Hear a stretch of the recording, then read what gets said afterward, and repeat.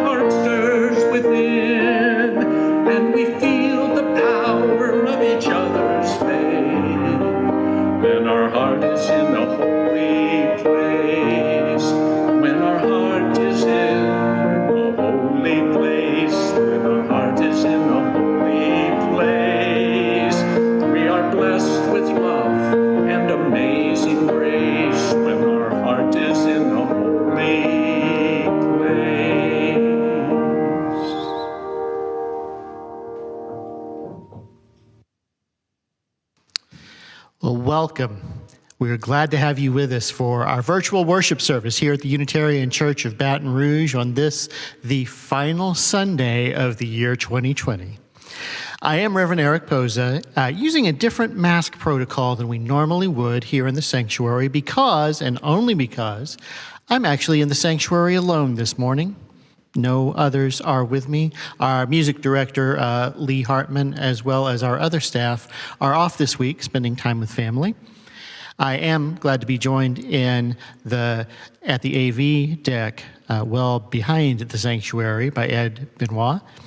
And we're glad that you're with us online virtually. We do have, as we often do at the last Sunday of the year, our annual Requiem Service. This is a service where we remember those particularly famous persons who we have lost, who have died in the last year.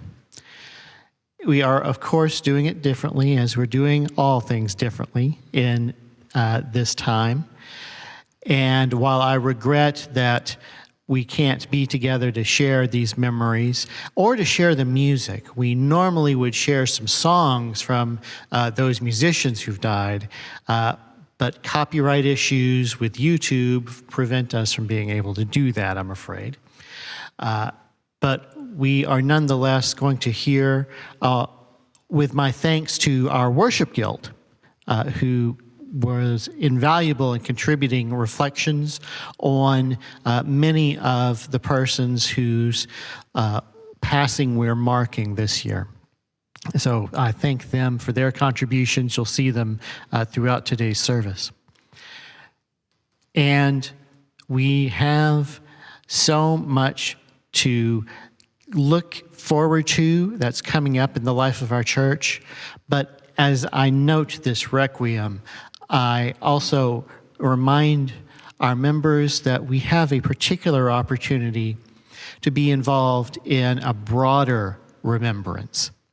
We are preparing a memorial for all those in the United States who have died from COVID in this past year. And we've been inviting members to come to the church. We've got stations set up outside in our outdoor foyer for people to count out the pebbles and place them in jars that we're putting along our memorial wall. And we have dozens of jars already out, almost filling one of the walls around the peace stones, one of the low walls there. But there's many more to be done. We hope that you will consider taking part in this memorial. You can go to the church website to sign up for a time slot to participate in this, and we do ask people to sign up in advance.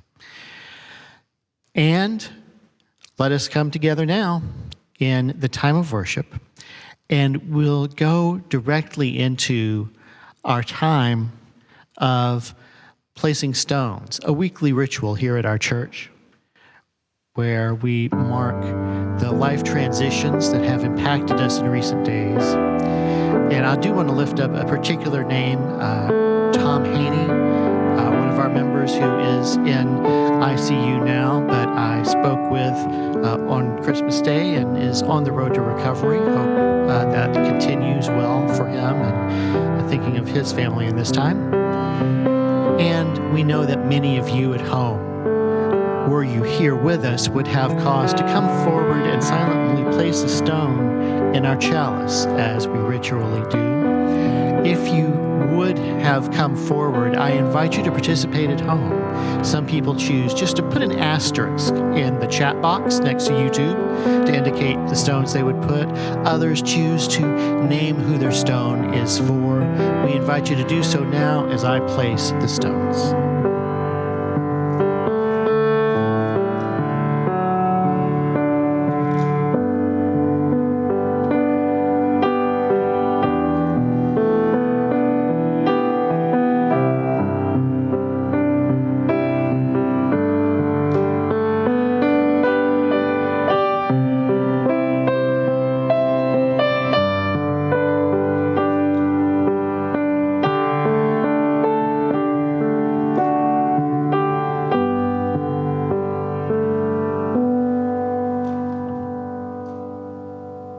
And we light the flame in our chalice, the traditional ritual of our freely covenanted Unitarian Universalist congregations, as we do at the beginning of all services.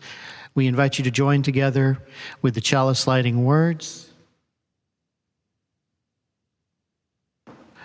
With hope to make this a better world, we light this flame. Its light is a symbol of the power of love.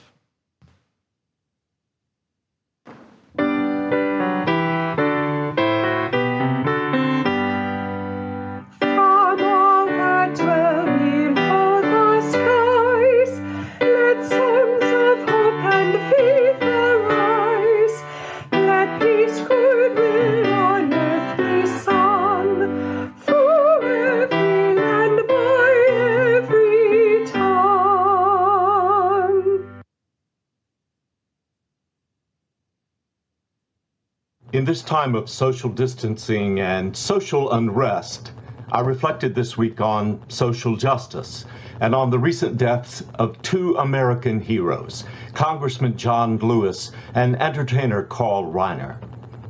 Representative Lewis, serving the Atlanta district of Georgia, was often called the conscience of Congress.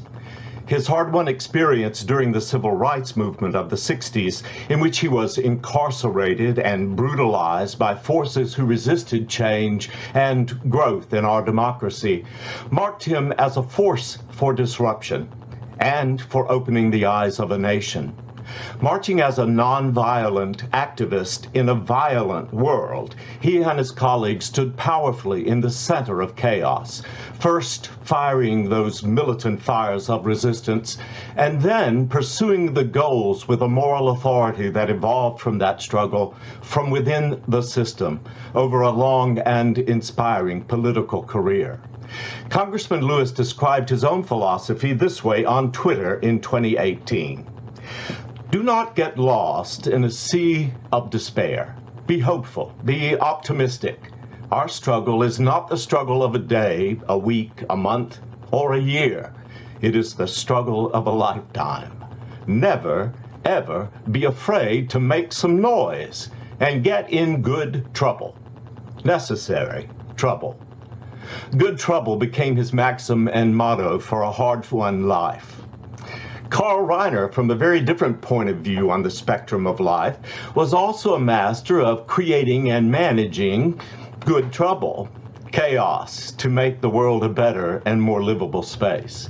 His primary claim to fame as an actor, writer, and director was harnessing and focusing the creative genius of artists whose work often rose to the level of comic anarchy. In his career, he was a writer, director, and brilliant straight man for Sid Caesar, Mel Brooks, Dick Van Dyke. He directed films for the equally manic genius of Steve Martin. Mr. Reiner said, I learned a long time ago that if you can corner a genius comedy brain in panic, you're going to get something extraordinary. The brilliant comics for whom he wrote, acted, and directed always spoke of Mr. Reiner's own brilliance as essential to their success. But even more often, they spoke of his fundamental decency as a human being. Younger audiences likely recognize his name in connection to his son, Rob Reiner, known for directing When Harry Met Sally, A Few Good Men, This Is Spinal Tap, and numerous other films, for his role as Archie Bunker's son-in-law on the groundbreaking sitcom All in the Family, and today as an increasingly present political voice, a voice clearly enabled and empowered by his father. A photo showing Mr. Reiner, Mel Brooks, and daughter Annie Reiner wearing Black Lives Matter t-shirts taken on Mr. Brooks' birthday was posted on Twitter shortly before Carl Reiner's death at the age of 98. The nature of comedy and of political activism is the disruption of patterns and norms to allow us to see our own failures and follies, to see a better future, to embrace the power of change.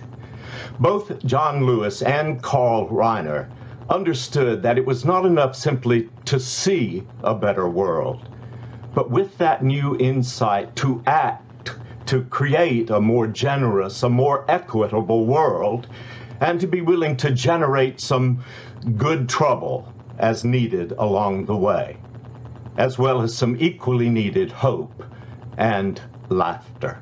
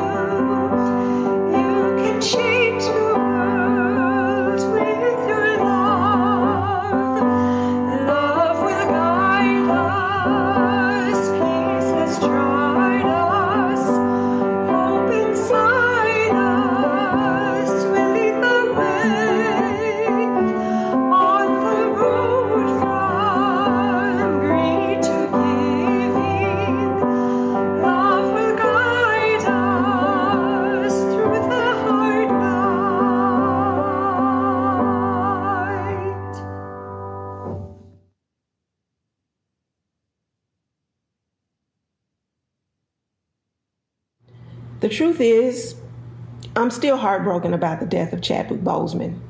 Yes, he was an amazing actor. And yes, he played roles that were iconic and important to Black American and Black American cultures. I mean, James Brown never looked so good on the screen, right? Everyone will expect me to talk about the Black Panther movie, so let me say up front that it was, is, and continues to be one of the best movies ever. It was amazing, and it brought with it so much pride in being Black that I'm still feeling the effects of it now. But that being said, I want to talk about a bigger issue. When Chadwick Boseman died, it made my world feel a little less Black. During a year that showed me the depths of hatred, the complete lack of boundaries for caucasity, and the strength of my mental health, the loss of Chadwick felt like a slap in the face.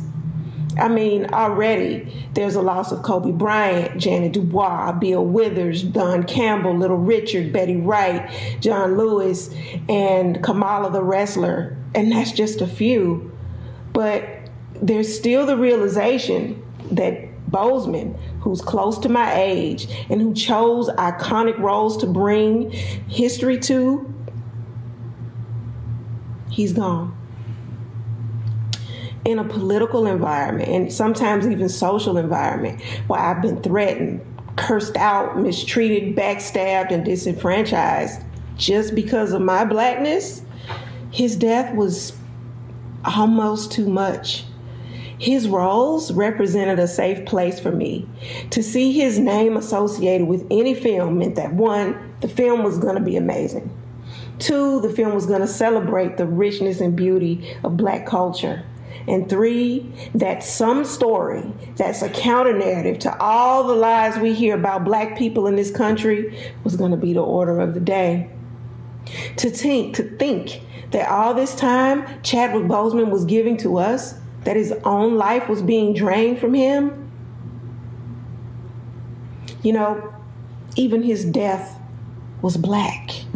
He died of colon cancer, and colon cancer disproportionately affects the Black community. The rates in the Black community are higher than any other racial or ethnic group in this country. Black people are 20% more likely to get colorectal cancer and 40% more likely to die from it than most other groups. People like to pretend that the reasons for this are complex, but they just largely reflect, of course, differences in risk factors and in healthcare. But they're both related to one thing, and it comes back to Blackness. Being Black in this country means that you often experience greater obstacles to cancer prevention, detection, treatment, and survival. And why is that? Because of the racial disparities that are exacerbated by lower paying jobs, police brutality, lack of access to healthy and affordable foods, low quality education and housing, and downright unsafe environments. For me, Chadwick Boseman was not just an icon, but a safe place and definitely an inspiration. I want to end with words from his acceptance speech for his portrayal of Black Panther at the Screen Actors Guild Awards. He said, "To be young, gifted, and Black. We all know what it's like to be told that there is not a place for you to be featured, yet you are young, gifted, and Black. We know what it's like to be told there's not a screen for you to be featured on, a stage for you to be featured on. We know what it's like to be the tail and not the head. We know what it's like to be beneath and not above. That is what we went to work with every day because we knew that we had something special we wanted to give the world, that we could be full human beings in the roles we were playing, that we could create a world that exemplified a world that we wanted to see." Chadwick Boseman helped create a world I wanted to see. And those words are marching orders, not just for me, but for all of us, to simply exemplify a world we want to see.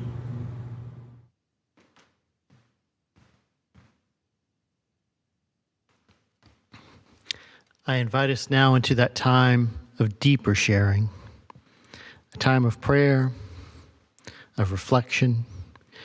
I invite you to reach deep within, to reach far beyond yourself, and connect with what you know to be sacred. Let us pray. Spirit of life and love, God, we know by so many names and mystery that goes beyond all of our naming. We come together here as the year ends, looking back on some of those we've lost in this year. And it is natural to be reminded of the losses that are far closer, far more personal for us in this time. We've lost members of this church. Many have lost others whom we love. And so many aspects of the ways of life that we grew accustomed to over so many years have been gone for months.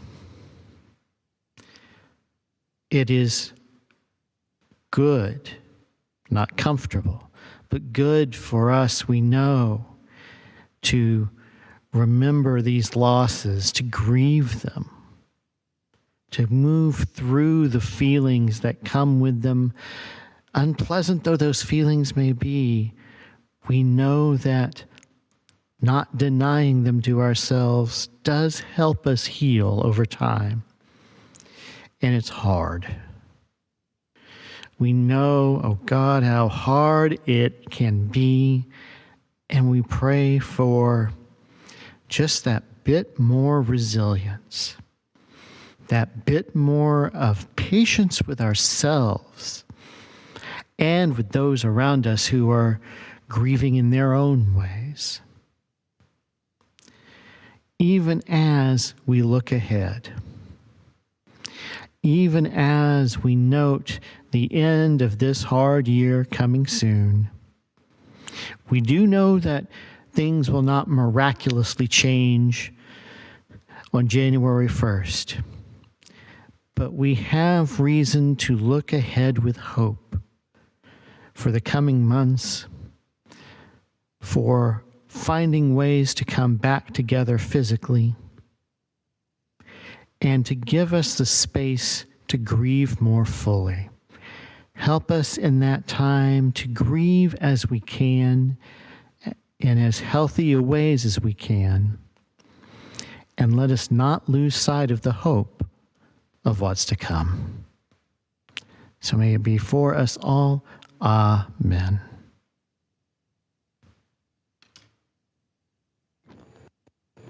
Before I started researching the life of Ruth Bader Ginsburg for this service, my image of her was as the notorious RBG, immortalized by Kate McKinnon on Saturday Night Live.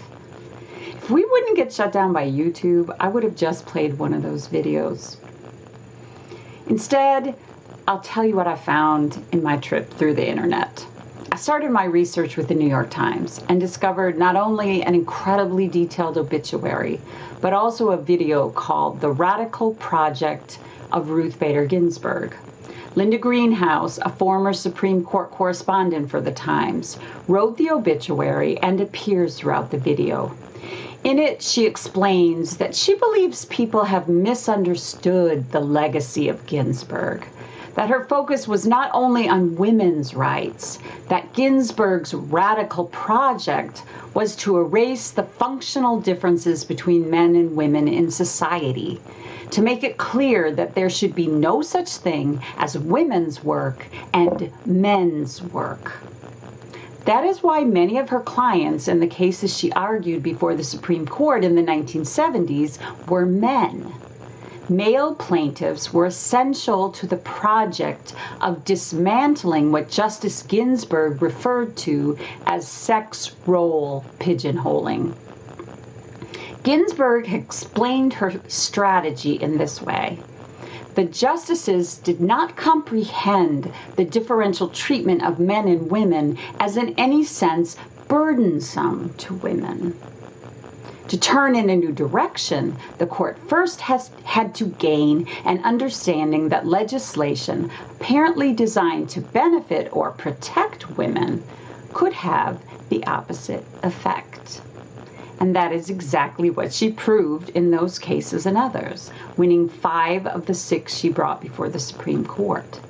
And is what she continued to do when serving as a Supreme Court justice, to free both sexes, men as well as women, from the roles that society had assigned them. Besides learning so much about her life as an attorney and a judge, I also had a great time exploring the commercial world that has sprung up around her. When I put RBG in the Amazon search, I found 7,000 products associated with her image. Masks, socks, mugs, Halloween costumes, you name it. One of my favorites is a pack of mints called Judge Mints, spelled with an I, with the slogan, "Don't lose your appeal." Some of my most favorite products have the phrases, "not fragile like a flower, fragile like a bomb," and "never underestimate the power of a girl with a book." One of the most unexpected things that I found as part of my research was discovering some lovely poems written as tributes to Ginsburg. I would like to end with one of them, a poem by Rosemary Watola Traumer, which captures Ginsburg's persistence, but also offers some advice as we move from 2020 into this new year. In the steps of RBG. So let me take one step right now, one step toward respect, and give me strength to take another toward clarity. And though my feet might feel like stones, let me take another step toward justice, and another toward equity, and another toward truth. And though my legs may feel leaden and slow, though someone else may step on my toes, may I inch toward forgiveness. May every step be toward a bridge, enough divisiveness. And as I go, may I find joy in the stepping, grace in the edging toward great change. But if there's little joy, let me step anyway. Then take another step, and another, and another.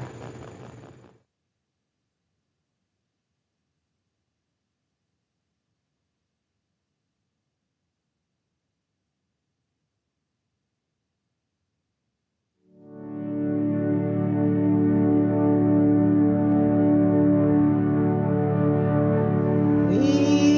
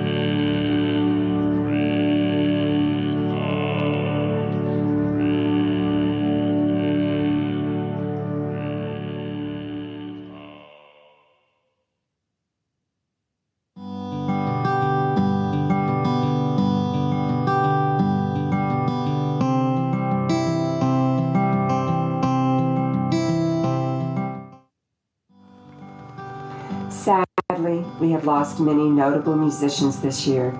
Here are several. Miraela Frane was born in 1935 and died in February of this year. Her long career as an Italian prima donna lasted for nearly 50 years. Her voice was ideally suited to lighter lyric roles, but maintained its beauty and flexibility even as she took on weightier, more dramatic repertory in mid-career. In the late 20th century, when opera was becoming increasingly internationalized, Frane was hailed as a last exponent of the great Italian operatic heritage. Kenny Rogers was born in 1938 and died in March of this year. One of the first country artists to sell out arenas, Rogers sold more than 100 million records in a career that spanned 7 decades. He played a major role in expanding the audience for country music in the 1970s and 80s. By the time he stopped performing, Rogers had placed more than 50 singles in the country top 40, of which 20 also appeared in the pop top 40. Bill Withers was born in 1938 and died in March of this year. He was a one-time naval aircraft mechanic who, after teaching himself to play the guitar, wrote some of the most memorable and often covered songs of the 1970s, including Lean on Me, Ain't No Sunshine, Use Me, Lovely Day, Just the Two of Us, among other hits. Though Mr. Withers was a 3-time Grammy Award winner, he became frustrated with the music business and stopped recording and performing after the 1985 album, Watching You, Watching Me. I wouldn't know a pop chart from a pop chart, he told Rolling Stone in 2015 when he was inducted into the Rock and Roll Hall of Fame. John Prine was born in 1946 and died in April of this year of the coronavirus. The raspy-voiced country folk singer whose ingenious lyrics to songs by turns poignant, angry, and comic made him a favorite of Bob Dylan, Chris Christopherson, and many others. He's a true folk singer in the best folk tradition, cutting right to the heart of things, as pure and simple as rain, said Bonnie Raitt to Rolling Stone in 1992. Christopherson once said of him, "No way somebody this young can be writing so heavy. John Prine is so good we may have to break his thumbs." Dylan, listing his favorite songwriters in a 2009 interview, put Prine front and center. His stuff is pure Proustian existentialism, Midwestern mind trips to the nth degree, and he writes beautiful songs. Little Richard was born in 1932 and died in May of this year. His music combined the sacred shouts of the black church and the profane sounds of the blues to create some of the world's most influential rock and roll records. He did not invent rock and roll, but Little Richard raised the energy level several notches and created something not quite like any music that had been heard before, something new, thrilling, and more than a little dangerous. Tutti Frutti rocketed up the chart and was quickly followed by Long Tall Sally and other records now acknowledged as classics. Eddie Van Halen was born in 1955 and died in October of this year. He was the main songwriter and guitarist of the American rock band Van Halen, which he co-founded in 1972 with his brother, drummer Alex Van Halen, bassist Mark Stone, and singer David Lee Roth. He is regarded as one of the all-time greatest guitar players in rock history and was well known for popularizing the tapping guitar solo technique, allowing rapid arpeggios to be played with 2 hands on the fretboard. By the early 1980s, Van Halen was one of the most successful rock acts of the time, and in 2007, Van Halen was inducted into the Rock and Roll Hall of Fame. Charlie Pride was born in 1934 and died on December 12th of complications which were related to COVID-19. He was an American singer, guitarist, and professional baseball player. His greatest musical success came in the early to mid 1970s when he was the best-selling performer for RC Records since Elvis Presley. During the peak years of his recording career, 66 to 87, he had 52 top 10 hits on the Billboard Hot Country Songs chart, 30 of which made it to number 1. Between 69 and 71, Prine had 8 singles that reached number 1 on the U.S. Country Hit Parade and also charted on the Billboard Hot 100. He won the Entertainer of the Year award at the Country Music Association Awards in 1971. Prine was one of 3 African-American members of the Grand Ole Opry. He was inducted into the Country Music Hall of Fame in 2000.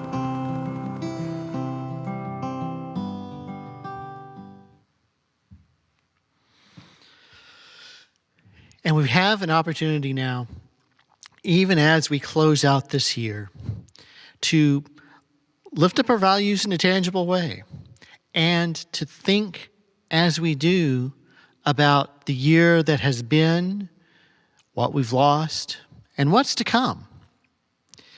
And you can do both. We are, of course, in a moment receiving the offering, and we do invite you to give generously. There are ways to give online, and you can certainly mail in contributions to the church. Hopefully we can put the ways to give online and possibly even by text in the YouTube chat shortly. But we're also taking an opportunity as we give to continue reaching out. As we've done, we are catching up in these weeks at the end of this year, beginning of the next year, with our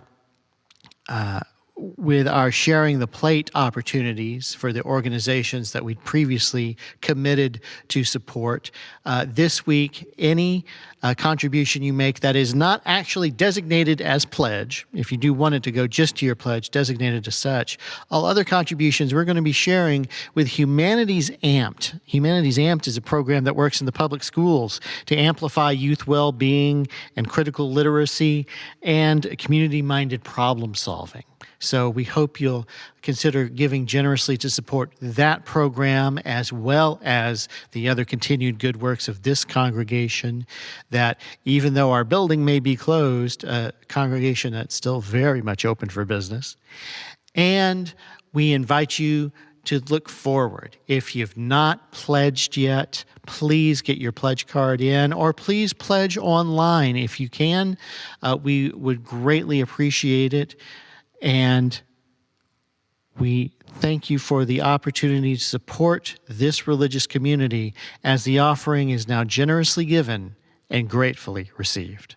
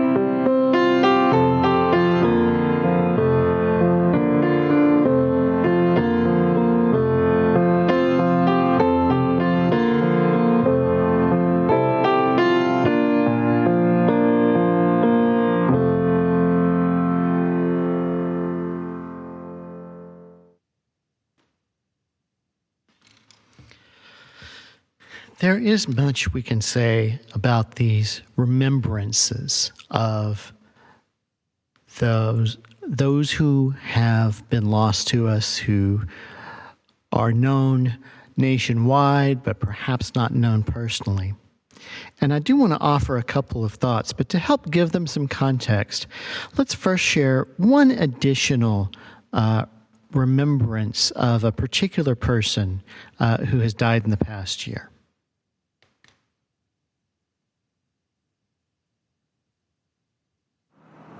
It's fascinating how the death of someone that you didn't even know can take on a meaning for you that's bigger than you'd expect. I found that several weeks ago when I learned of the death of someone who's closely associated with my home state of Texas.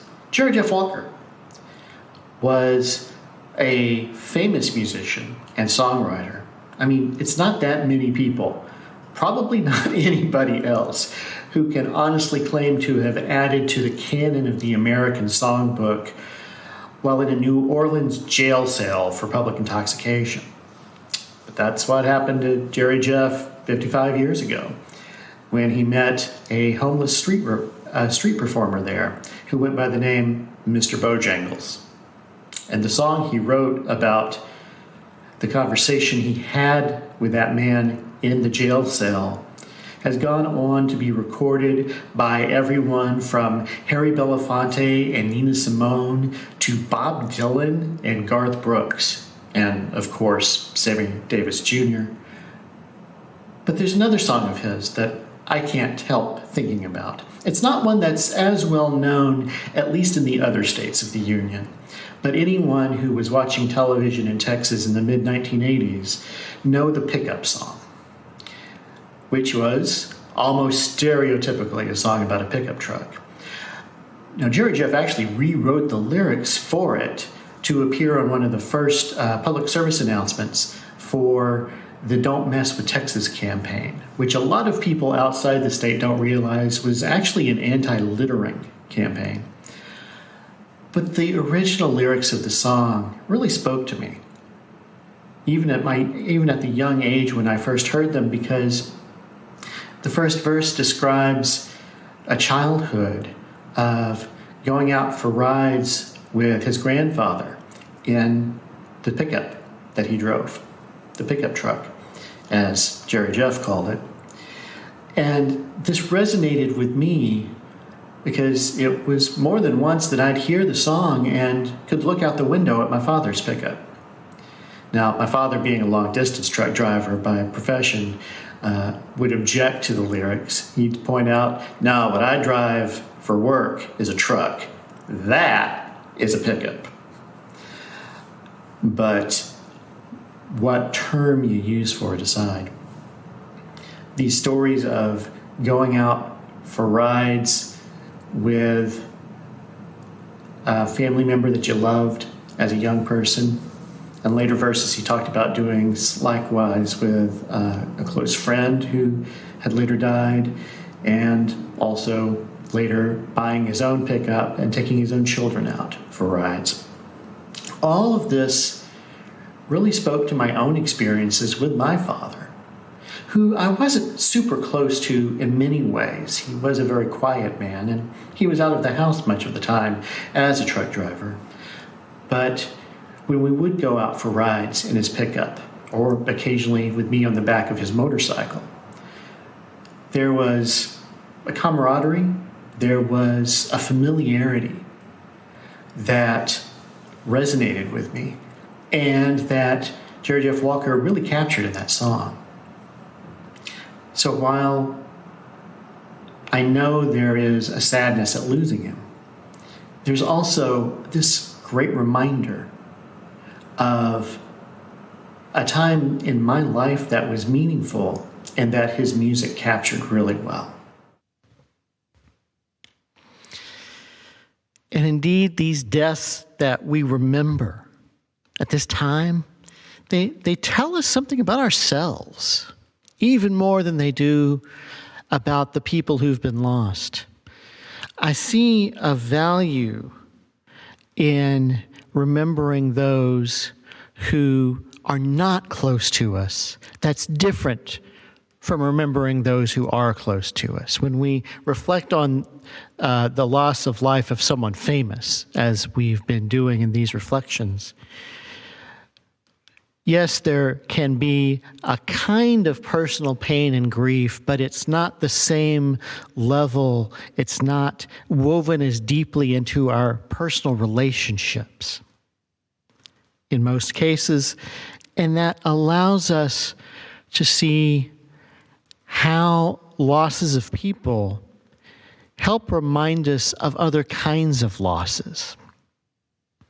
I think of George Judy's reminder of John Lewis's call to get in good trouble, and how valuable that has been for so many of us who care for a better world. I think of Leslie's insights into what Chadwick Boseman's Blackness tells us about Blackness in contemporary America as she's experienced it. I think of what Kathy Judy noted about Ruth Bader Ginsburg and a legal career that advanced gender equity in ways that some people might not expect. And each of these reminds me that we could lose those, or at least feel like we're losing those. The gender equity, the call to get into good trouble, the importance of remembering Blackness and what it means for us.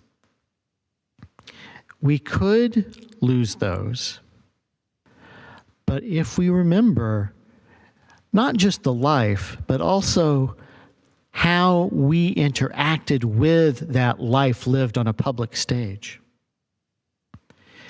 then it's a call for us to embody those same values, that same work in our own lives as well.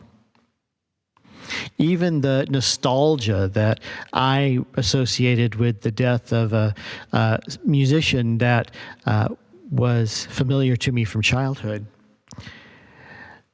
was also a reminder of a kind of camaraderie and personal relationship and personal way of relating to others that I don't have the same opportunities now during this pandemic to engage, but that I would never want to lose overall and look forward to returning to in the months to come. And it's that call to return to engagement with life in new ways, even as we remember lives that have been lost, that speaks most deeply to me at this time. I'm reminded of words spoken that I first know of having been spoken about 4 years ago this week, on New Year's Eve, when 2016 was turning to 2017. There was an interfaith gathering on New Year's Eve of faith-based justice leaders from many traditions. The great Reverend William Barber, who many of us know from his work in the Poor People's Campaign and others, was deeply involved in that. But I'm particularly remembering the somewhat famous now words of Valerie Carr, lawyer and activist, who brings her faith values as a Sikh person, a person of the Sikh faith, to her work, and how she spoke that night about the darkness that many people were feeling on that dark night on New Year's Eve, and her speculation that perhaps the darkness we were experiencing was not the darkness of the womb, as she said, not the darkness of the tomb, it was the darkness of the womb. That something new was waiting to be born.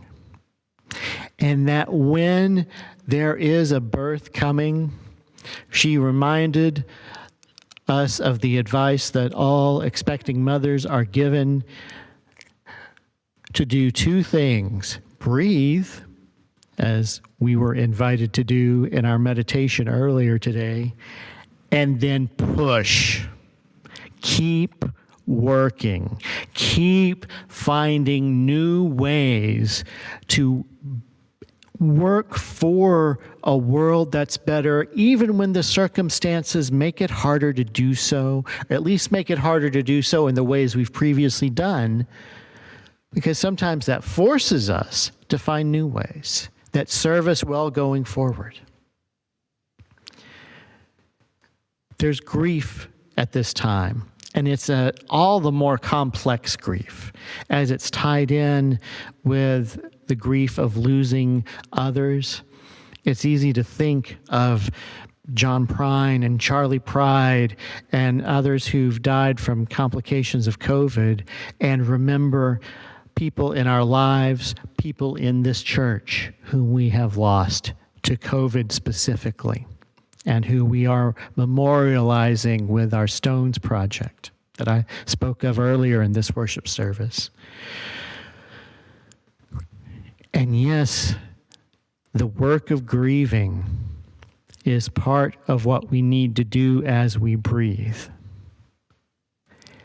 And taking time to do so strengthens us to push harder, to find new ways forward, to keep up the work that people like Lewis and Bader Ginsburg and so many others inspired us to.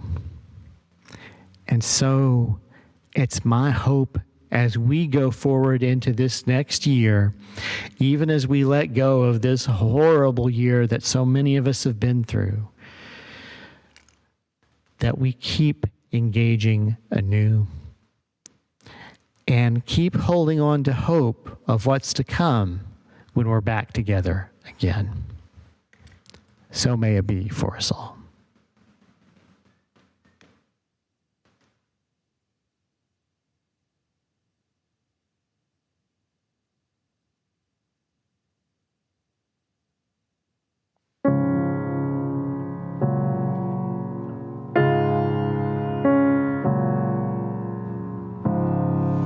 Take courage, friends. The way is often hard. The path is never clear. And the stakes are very high. Take courage. For deep down, There is another truth. you are not alone. Here in reverence now we gather for the blessings we have known, with a pledge to one another that we journey not alone. Joy and sorrow make us wise, kin to all that lives and dies. Love calls us on.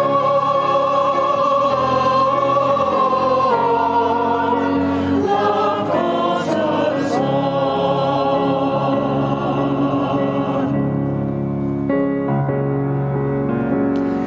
Words and deeds of those before us waken here to keep us strong.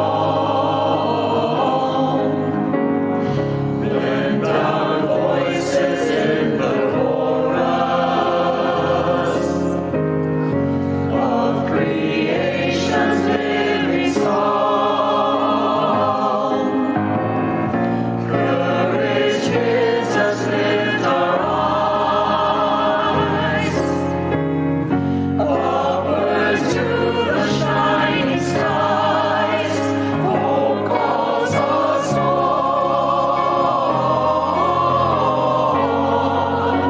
Hope calls us on. Calls us on.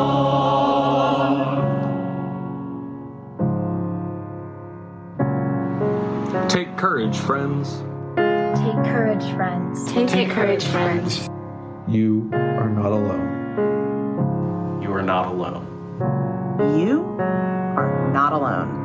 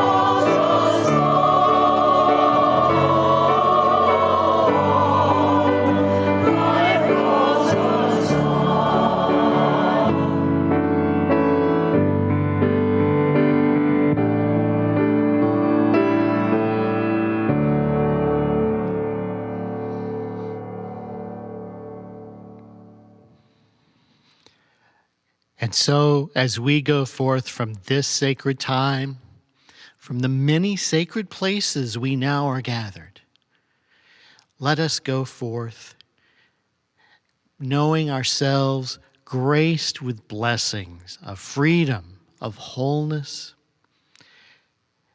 And though our worship may now end, as this year is about to end, may we know that our service begins anew. So let us go forth and find new ways to serve this hurting world in the spirit of love. Thank you for being with us. Go in peace.